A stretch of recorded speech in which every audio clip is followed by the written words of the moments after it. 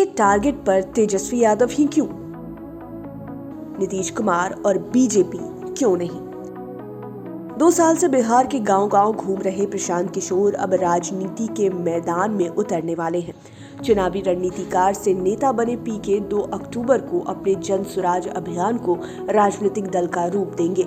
लेकिन जैसे जैसे प्रशांत किशोर का जन सुराज अभियान समापन की ओर बढ़ रहा है, वैसे वैसे वो तेजस्वी यादव के खिलाफ ज्यादा आक्रामक होते जा रहे हैं। वहीं दूसरी ओर बीजेपी और नीतीश कुमार पर पीके नरम नजर आते हैं। सियासी गलियारे में सबसे बड़ा सवाल यही है कि आखिर प्रशांत किशोर के निशाने पर तेजस्वी यादव क्यों हैं, नीतीश कुमार और बीजेपी क्यों नहीं?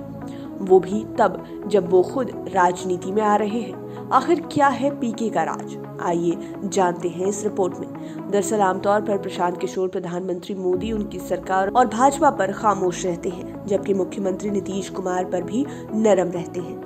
लेकिन पूर्व deputy chief minister Tejashwi Yadav पर खूब बरसते रहते हैं, कई बार व्यक्तिगत भी हो जाते हैं।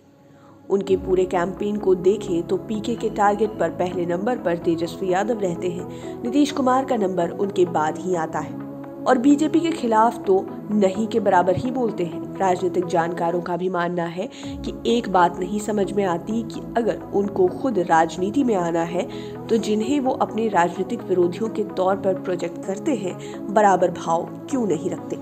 लोकसभा चुनाव 2024 के दौरान भी प्रशांत किशोर कांग्रेस और इंडिया गठबंधन के मुकाबले बीजेपी के पक्ष में माहौल बनाते ज्यादा नजर आए थे। जन स्वराज अभियान के दौरान भी उन्होंने बीजेपी की बहुत कम आलोचना की थी और तब भी जब वो 2025 में जन स्वराज की सरकार बनना पक्का बता रहे थे।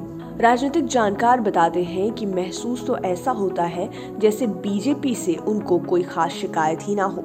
आखिर क्या चाहते हैं प्रशांत किशोर, या क्या है उनकी पॉलिटिक्स?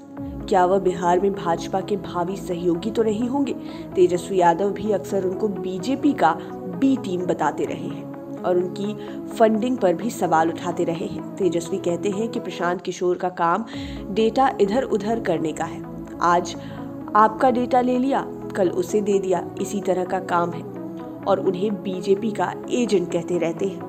अब सवाल यह है कि प्रशांत किशोर के निशाने पर तेजस्वी यादव ही क्यों रहते हैं, नीतीश कुमार और बीजेपी क्यों नहीं? राजनीतिक जानकार बताते हैं कि पीके को पता है कि बिहार में अब सीएम नीतीश कुमार अपनी राजनीतिक ढलान पर है।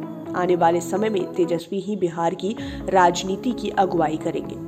ऐसे में पीके अभी से ही तेजस्वी को अपने टारगेट पर ले रहे हैं। वहीं राजनीतिक जानकारों का यह भी मानना है कि बिहार में नीतीश कुमार के खिलाफ सत्ता विरोधी लहर हो सकती है, लेकिन तेजस्वी यादव से लोग खफा हों ऐसा तो कोई कारण नहीं लगता। उम्मीद है ये जानकारी आपको पसंद आई होगी। इसी तरह की और जानकारियों के लिए हमारे चैनल LR भारत को सब्सक्राइब करें। धन्यवाद।